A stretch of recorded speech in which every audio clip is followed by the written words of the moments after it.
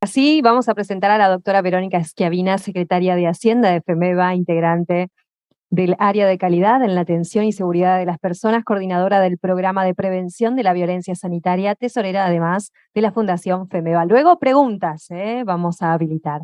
Gracias, Verónica. Bueno, buenas tardes y muchas gracias por darnos la oportunidad de estar acá y compartir algunas reflexiones con ustedes. Gracias al doctor Gómez Galicia y al doctor Javier Vilosio en especial, y a todos los que comparten en forma presencial o virtual.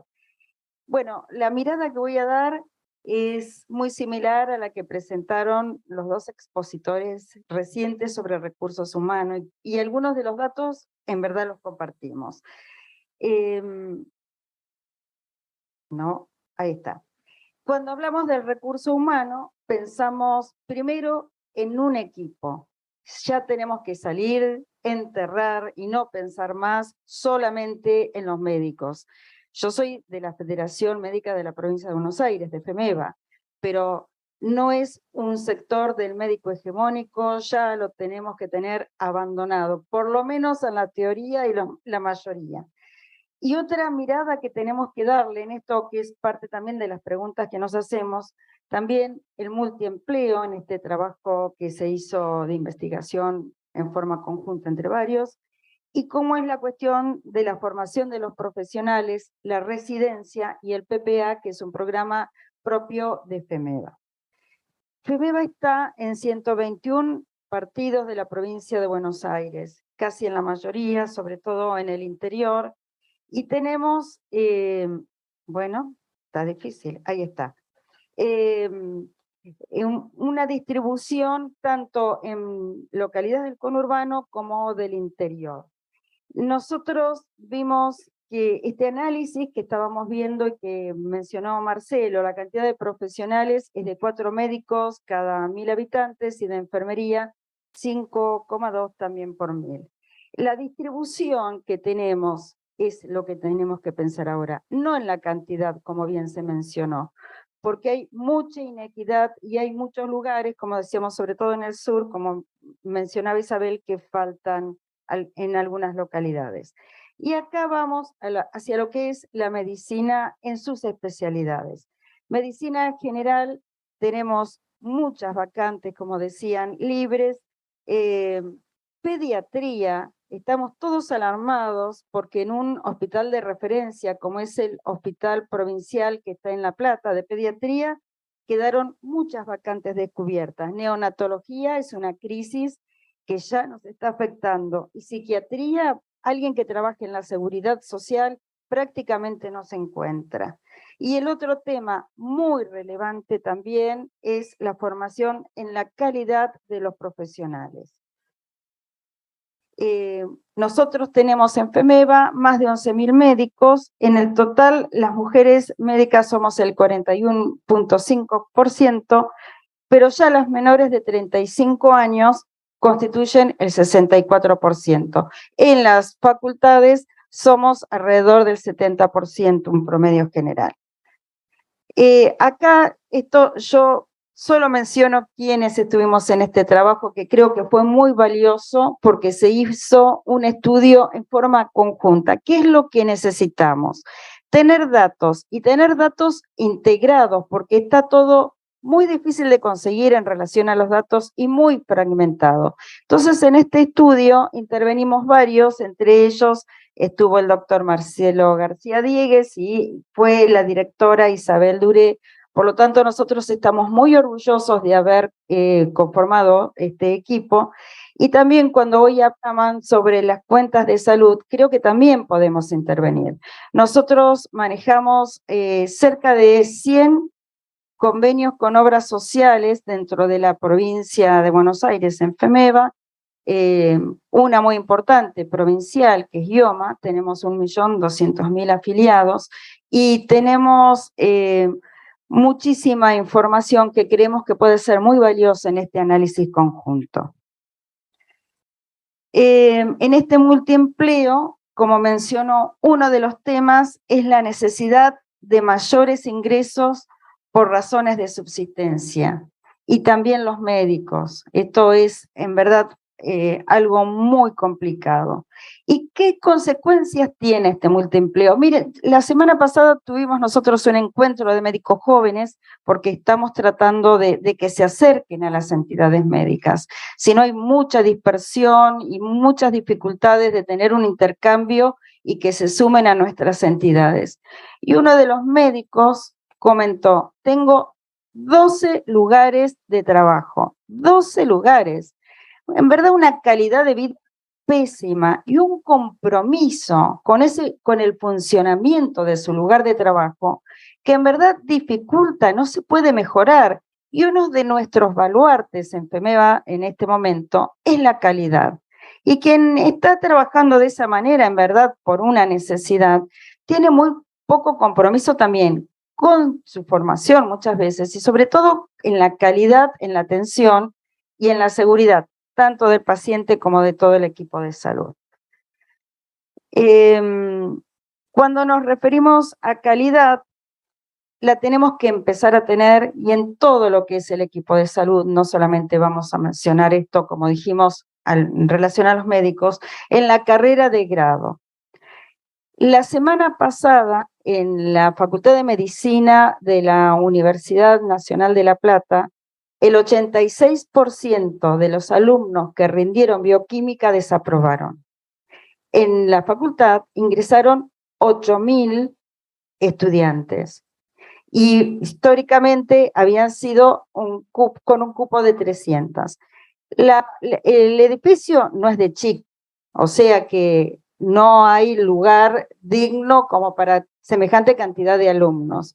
Las expectativas que ponen los chicos en poder ingresar y recibirse, con un promedio que llegan igual que antes, como bien mencionaba Marcelo, y el costo económico para que un chico pueda trabajar, sobre todo los del interior, llegar, es totalmente decepcionante y empeora todo el funcionamiento del sistema de salud. Por eso nosotros nos planteamos si tiene sentido o no el libre ingreso. En verdad no es eficiente y no mejora nada y en realidad empeora toda esta situación para la gente que tiene expectativas de poder recibirse.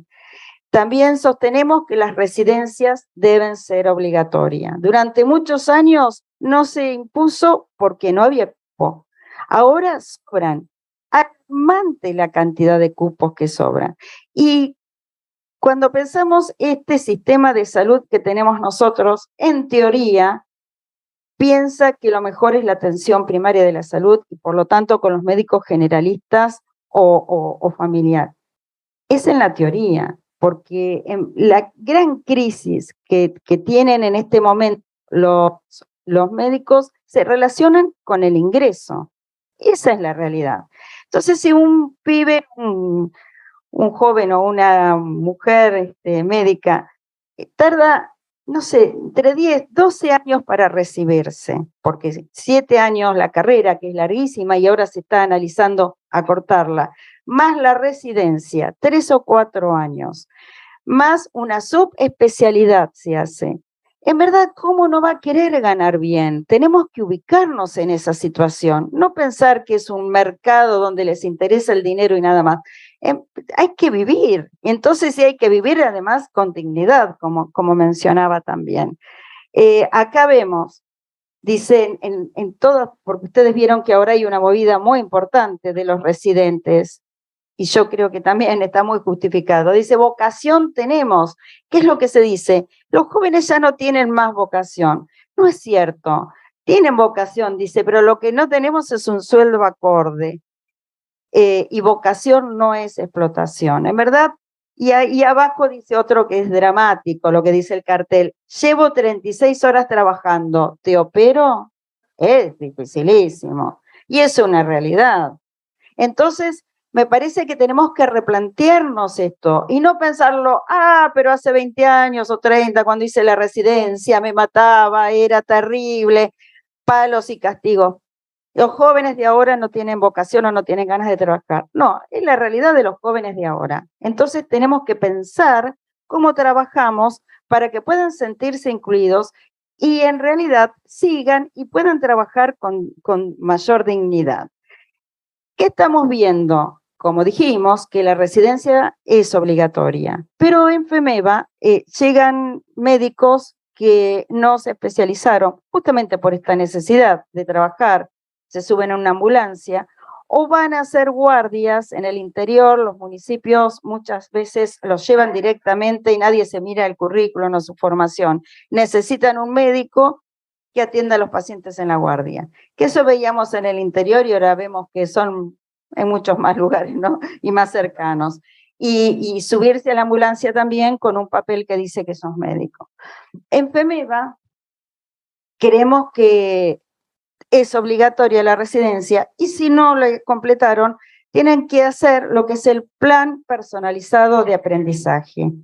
Esto es algo en el que también intervino el doctor Marcelo García Diegues, y acá tenemos a la doctora Vanessa Echeverry y el doctor Javier Vilosio, que intervinieron en el desarrollo también de este programa, en el que el médico que ingresa tiene que tener un año de práctica clínica supervisada con un mentor experto, que son parte de estos médicos que nombré, y que tienen mucho conocimiento en lo que es educación médica.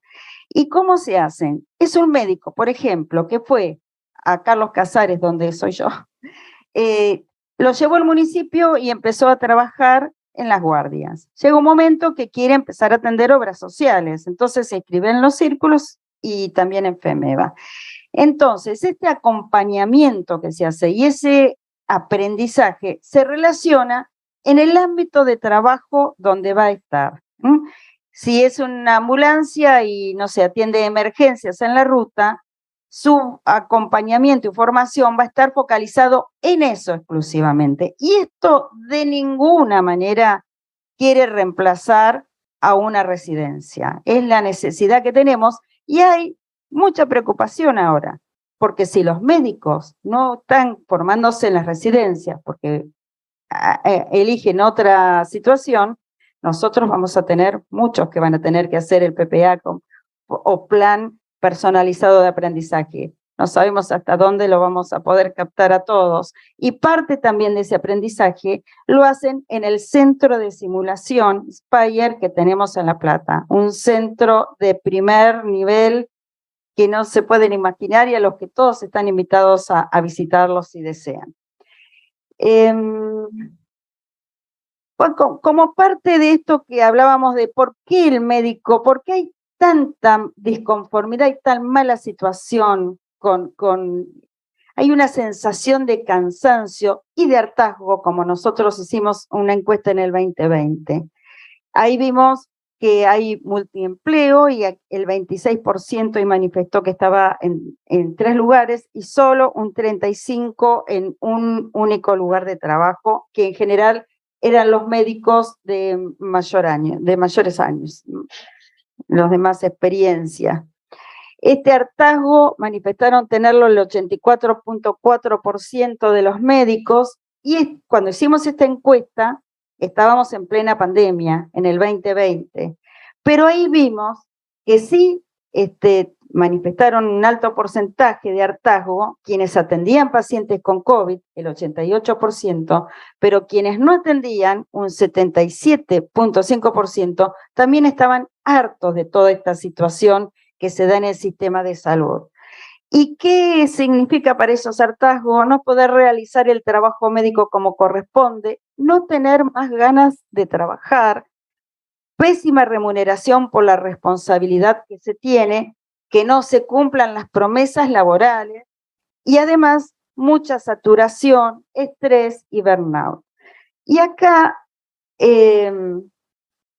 consideramos que está en crisis la situación del recurso humano, por todo esto que hemos dicho, porque son profesionales mal pagos, la carga impositiva destruye. En verdad hay muchas veces que dicen, no hago esta guardia o no hago este trabajo porque me paso de categoría y realmente prefiero quedarme en mi casa. Dramática esta situación. La falta de reconocimiento, el estrés, las demandas de responsabilidad profesional, que también es quien las tiene, sabe lo que significa, ¿no? Llevar todo eso adelante, aún que no tengan responsabilidad. y las situaciones de violencia. Nosotros desde el 2016 tenemos un programa de prevención y abordaje de la violencia sanitaria externa y estamos trabajando con mucha fuerza apoyando tanto en lo legal como en lo psicológico a los médicos, médicas que son afectadas. Es un programa gratuito y estamos llevando toda una movida que queremos que todas las provincias se sumen, porque no tenemos nada a nivel estatal y no hay ningún tipo de registro. Por eso nosotros estamos haciendo un esfuerzo importante en llevar adelante todo esto. Y esto a mí me llamó la atención, ¿no? Porque los jóvenes con otra modalidad de trabajo son difíciles de retenerlos muchas veces en los empleos y sobre todo, no sé, todo lo relacionado con la tecnología. Y mirando la experiencia que tienen, siempre hubo un área de recursos humanos, ahora se llama de talento humano, y algunos ya van por más y dicen gerencia de felicidad. O sea, más allá que esto esté exagerado, pero sí se relaciona con el bienestar. Por eso nosotros decimos, no solamente es un buen pago que necesita todo el equipo de salud, pero sino también buenas condiciones laborales, el bienestar. Y no critiquemos porque son jóvenes y no quieren trabajar. Sencillamente, como todos, quieren ganar acorde a la dedicación y el trabajo que hacen y tener tiempo para la vida personal. ¿Cuáles son los desafíos y cómo podemos salir de esto? Tener primero y fundamental un programa a mediano y largo plazo. Tardan 10 o 12 años en formarse un médico, imagínense, no podemos dilatar y ver porque cuando querramos acordar vamos a estar con una situación demasiado compleja. Tanto las universidades como las entidades profesionales, los colegios, los representantes de la comunidad, todos debemos estar y ver y pensar qué queremos y armar un proyecto. Sin duda la rectoría del Ministerio de Salud es imprescindible, tiene que ser apolítica y con continuidad, porque hay veces que decimos, pero qué extraordinario esto que están pensando, cambia el gobierno y no se sostiene, ¿verdad? Es algo que también nos parece importante, como un diálogo sincero y sin prejuicios, porque nosotros somos una entidad médica que muchas veces nos convocan y nos miran de reojo, por lo tanto es muy difícil construir algo en común. También es fundamental promover la accesibilidad y la oportunidad en la atención, la seguridad de las personas y la ergonomía para todo el equipo de salud. Todos esto, ¿no? Desde el más encumbrado subespecialista hasta el señor que atiende en la puerta y le da ingreso a las personas. Y por supuesto, mirar lo que es la atención primaria de la salud. Acá yo no tengo el dato, pero quiero mencionarles que nosotros tenemos poquito más de 4% en nuestro listado de más de 11.000 médicos y en casi toda la provincia, un poquito más de 4% de médicos que son especialistas en medicina de salud, porque nosotros queremos jerarquizar esta especialidad. No es el médico que no sabe nada o no tiene título, es una especialidad fundamental que además debe estar bien paga. Cuando decimos, ¿y por qué no van a las residencias de medicina general y se suben en una ambulancia? Por el valor que pagan. Si pensamos en el doble o el triple, ¿ustedes creen que no va a haber interesados? En verdad que sí.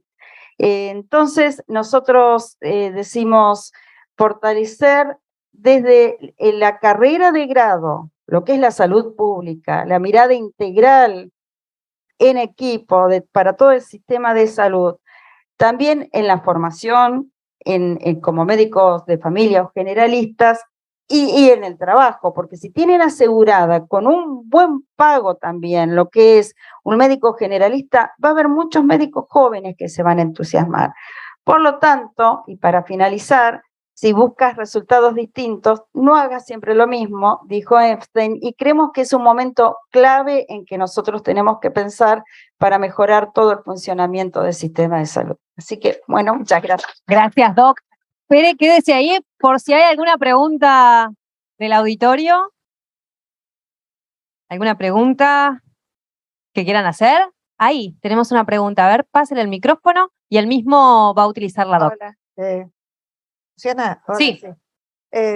yo me hacía una pregunta, no sé si es políticamente correcta, pero hasta hace poco hubo un gran conflicto con el Poder Judicial respecto al descuento de la AFIP, porque ellos argumentaban que el descuento de la AFIP no es una ganancia, sino es un sueldo.